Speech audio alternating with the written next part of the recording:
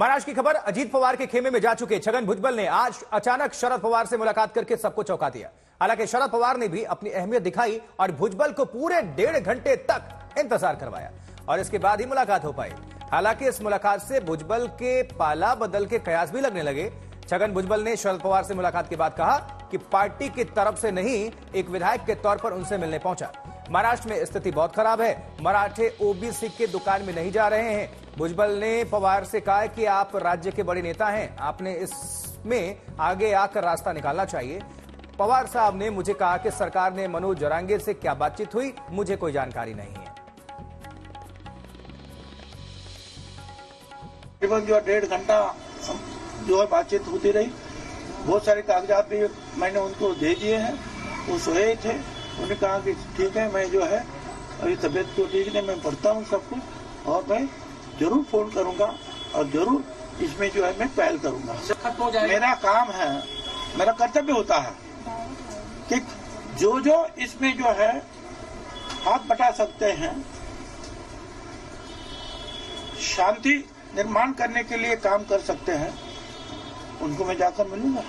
और मेरे ख्याल से जो है आज तो महाराष्ट्र में सबसे बुजुर्ग नेता वही है, जिनको ये सारी बातें गांव-गांव में कैसे चलता है, रहन सहन क्या है, सामाजिक परिस्थिति क्या, उनसे ज्यादा मैं नहीं समझता कि कोई जानता है।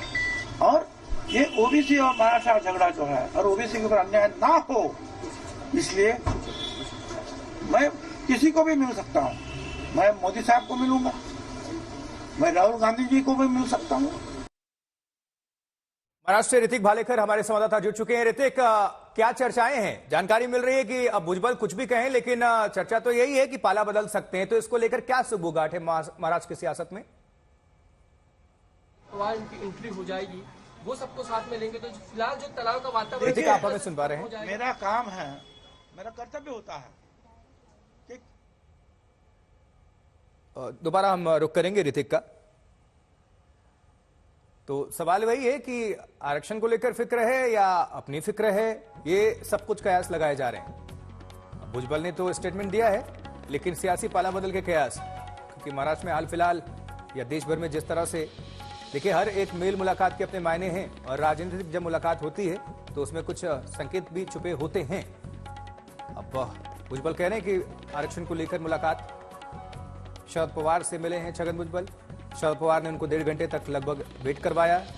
उसके बाद से उनका स्टेटमेंट आता है, कहते हैं भुजबल की हालत खराब है, हमने मुलाकात की कि आप बड़े नेता हैं देखिए, लेकिन सवाल यही है कि जब पाला बदल दिया तो क्या अजीत पवार को बड़ा नेता नहीं मानते? क्या गठबंधन में आ चुके हैं, सत्ता में हैं, बाकी के नेता बड़े नहीं हैं? सवाल बहुत सारे हैं, जवाब आने वाले वक्त में ही मिल पाएगा। ऋतिक भालेकर एक बार फिर से हमारे साथ हमारे सहयोगी जुड़ चुके हैं। ऋतिक, इस मेल मुलाकात के क्या मायने हैं? क्योंकि माना जाता है कि जब भी कुछ मुलाकात होती है, खासकर राजनीतिक मुलाकात होती है, तो उसमें संकेत भी छुपे होते हैं। तो क्या पाला बदल सकते हैं? इसको लेकर क्या सुगबुगाहट है महाराष्ट्र में? जी देखिए, सबसे पहली बात तो कल अजीत पवार गुट का एक बहुत बड़ा सम्मेलन था, एक रैली की गई थी बारामती में, जिसमें खुद मंत्री छगन भुजबल ने शरद पवार पर निशाना साधा, उन पर कई संगीन आरोप किए। उन्होंने कहा कि महाराष्ट्र में ओबीसी और मराठा समुदाय में जो कुछ तनाव निर्माण हुआ है, उसके पीछे, पर्दे के पीछे कहीं ना कहीं शरद पवार का हाथ है और शरद पवार चाहते हैं कि महाराष्ट्र अस्थिर रहे। और 24 घंटे नहीं होते हैं कि वो आज तड़के सुबह जाकर शरद पवार के घर, उनके आवास जाकर उनको मिलते हैं।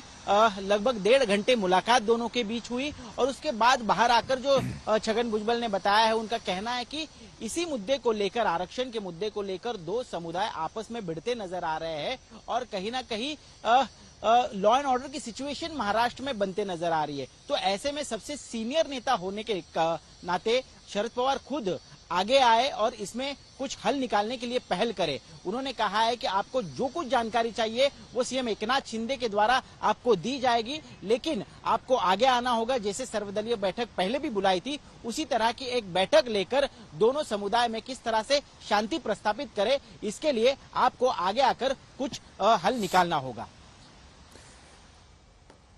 लेकिन क्या इस पर कोई प्रतिक्रिया आई है उनके सत्ता पक्ष में? अब चूंकि उनका एक और स्टेटमेंट था कि महाराष्ट्र के बड़े नेता हैं शरद पवार, इसलिए भी मुलाकात हुई, तो क्या वो अजीत पवार को बड़ा नेता नहीं मानते या फिर गठबंधन में सत्ता सरकार में है बाकी लोगों को बड़ा नहीं मानते? क्या कोई स्टेटमेंट आया है बीजेपी की तरफ से या अजीत पवार गुट की तरफ से, शिंदे खेमे की तरफ से भी? जी देखिए, लगातार हमने यही पूछने की कोशिश की क्योंकि वो सरकार में मंत्री है, क्या सरकार पूरी तरह से असफल रही है इस मुद्दे को सुलझाने में और इसीलिए क्या उन्हें शरद पवार के पास जाना पड़ रहा है, लेकिन इस पर वो कोई भी प्रतिक्रिया देने से बचते नजर आए। हालांकि अब अजीत पवार या बीजेपी की तरफ से किस तरह से प्रतिक्रिया आती है ये देखना बहुत ही महत्वपूर्ण होगा, लेकिन विपक्ष द्वारा अब प्रतिक्रिया आना शुरू हो चुका है। विपक्ष का कहना है कि कहीं ना कहीं ये सरकार का ट्रैप है जिसमें वो हमें फंसाना चाहते हैं, बात उनसे सुलझती नजर नहीं आ रही, इसलिए हमें साथ लेकर अब पूरा ठीकरा जो है वो विपक्ष पर फोड़ना चाहते हैं। शुक्रिया ऋतिक इस पूरी खबर पर जानकारी पहुंचाने के लिए।